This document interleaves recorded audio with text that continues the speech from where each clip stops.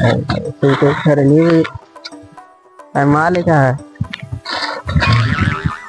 आला चोरी चपाटी करायची ते बापरे आज धंदे धरलेले तुम्ही रे चोरीचा पट मग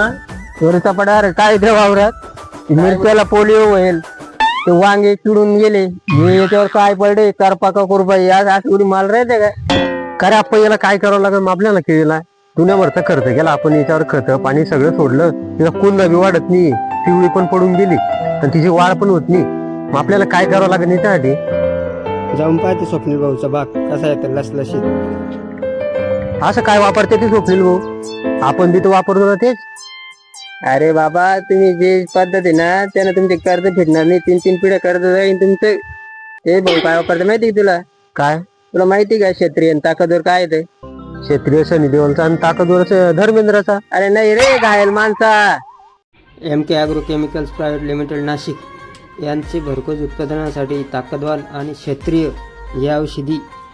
या दोघे औषधी तू ट्रिपद्वारे सोडू शकतो. ताकदवान एकरी 2 ते 2.5 लिटर आणि क्षेत्रीय एकरी 1 किलो. हे करत होतं का आप्पा पण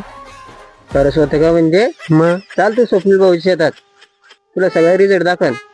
चाल बरं मग चाल पाहायला ये अरे केवढा कुंद आहे आप्पा रे मग आहे कुठे डाग हो ना पानं बी ते एकदम भारी आहे हा हे का स्वप्नील भाऊ हा बरं राम राम स्वप्नील भाऊ बोला आप्पा यांना सांगा बरं जरा तुमच्या भाषेत काय वापरलंय केळीला कशी काय माल राहतो सांगा बरं त्या भाऊचं काय झालेलं म्हणजे नेमकं यांना करपा पडलेला यांच्या केळीवर पिवळी पडून गेली. आता आपण त्या करपा वगैरे वाढवत नव्हती आपल्या केळीची त्याच्यासाठी आपण काय केलं MK ॲग्रो केमिकलचं आहे ना ताकदवान आणि क्षेत्रीय वापरलं त्याच्यानंतर वाढ बी चांगली झाली करपा बी थांबला आणि बुंद्याची साईज चांगली व्हायला सुरुवात झाली. हा का मग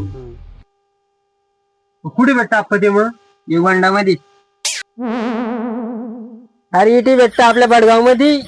हा का मग गिरणाई ॲग्रो चाल मग घेऊन येऊ आपण चल हे ते गिरणाई आणि तू म्हणे कुठे भेटतो काय भेटतो सर लेडीज आहे. राम राम नमस्कार सर नमस्कार नमस्कार किशोर भाऊ किशोर भाऊ आपल्याला MK ॲग्रो केमिकलचं क्षेत्रीय आणि ताकदवर द्या आणि सर तुमच्या भाषेत याला काहीतरी व्यवस्थित सांगा त्याची माहिती काय येते कसं येते दादा याचे फायदे असे क्षत्रिय आणि ताकदवान दोघं सोडल्यामुळे तुमच्या केळीचे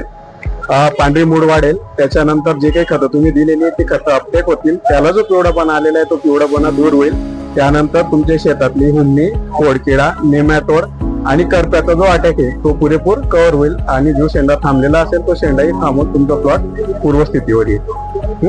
ऐकलं का आणि ताकदवान आणि क्षत्रिय दोघांचं एकरी प्रमाण ड्रीपद्वारे ताकदवान 2 लिटर आणि क्षत्रिय 1 किलो घे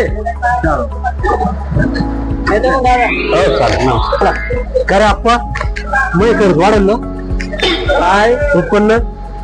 उत्पन्न का काही वेगळंच म्हणते बाबा नाही रे.